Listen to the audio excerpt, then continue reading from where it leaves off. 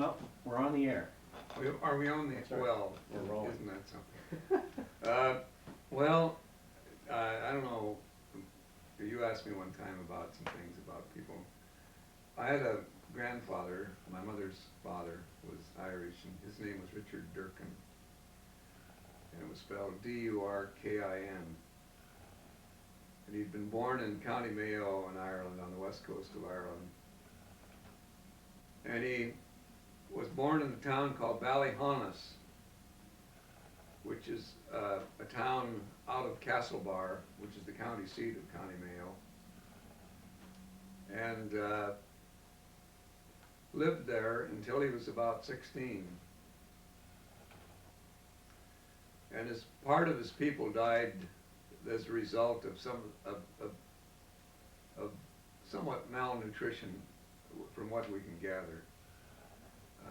We always thought and heard that it might have been the potato famine, but he came after really the heavy potato famine was sometime in 1850, 1860 along there. And he came after that to the United States. We'll say, well, he was 16 when he got here. And so he sailed out of, still in County Mayo, from a town called Westport, Ireland. And he came, he came, I understand, to the East Coast. It could have been Boston, it could have been New York. And maybe some older member of the family could tell you, I don't know about that. But he was destined, he was, I should say,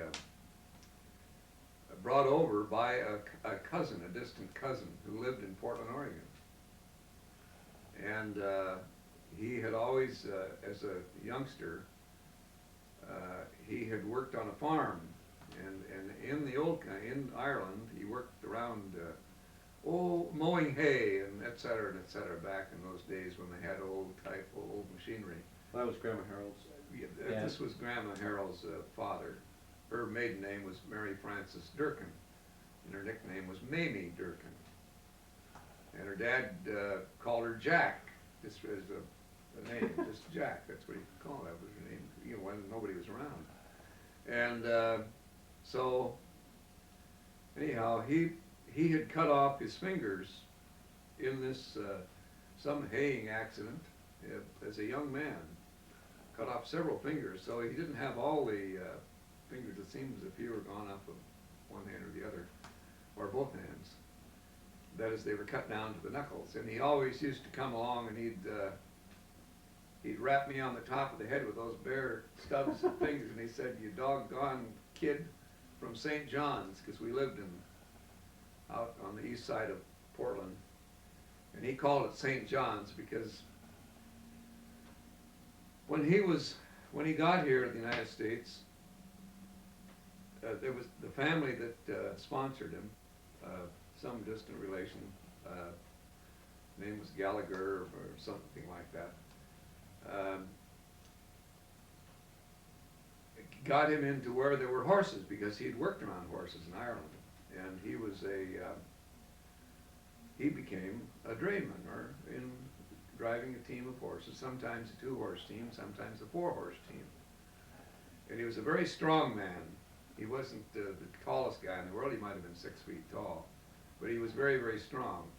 But he had an ability with horses, and the horse knew exactly what he meant. He meant business.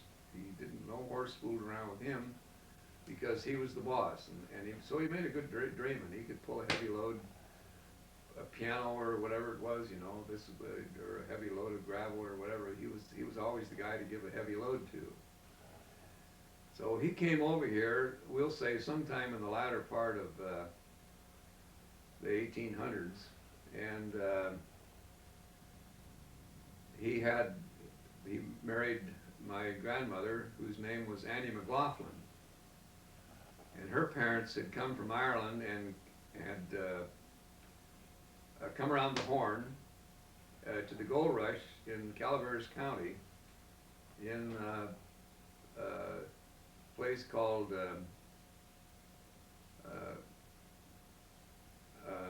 Hells Kitchen in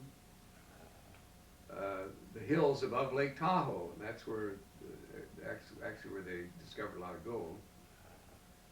But whether or not they found any gold or not, they must have found something, because after the gold rush, they came north to Portland and settled, and they homesteaded property and whatnot around Portland, Oregon. And my grandmother, Durkin, we'll call Annie McLaughlin, was born in actually Hell's Kitchen in California, in Calaveras County, but she was only a year old when they brought her up to Portland. What year, too? And she might, or might, all these dates are not accurate, nor are the ages accurate, but they're approximative, the way I heard it. And so when they got to Portland, they became milk farmers and worked around. So they sent their daughter, Annie, to school in Portland. She was one of the first graduates of St. Mary's Academy in Portland, Oregon. And then after a while, she grew up and whatnot, and she married and met my grandfather Durkin, and they were married. Where'd they meet, you know? When they... And I don't know, they met in Portland, but they met around in those days in northwest Portland, all the Irish and various groups of people from Germans and all nationalities had little areas where they had Italians and so on and so forth. And there was an Irish area around St. Patrick's Church in northwest Portland, and the church is still there. And there's a lot of articles that my mother has regarding St. Patrick's Church. Now, whether or not they were married there or not, I don't know. I don't think they were. I think they were married in another church, but they raised their family somewhat in that same area.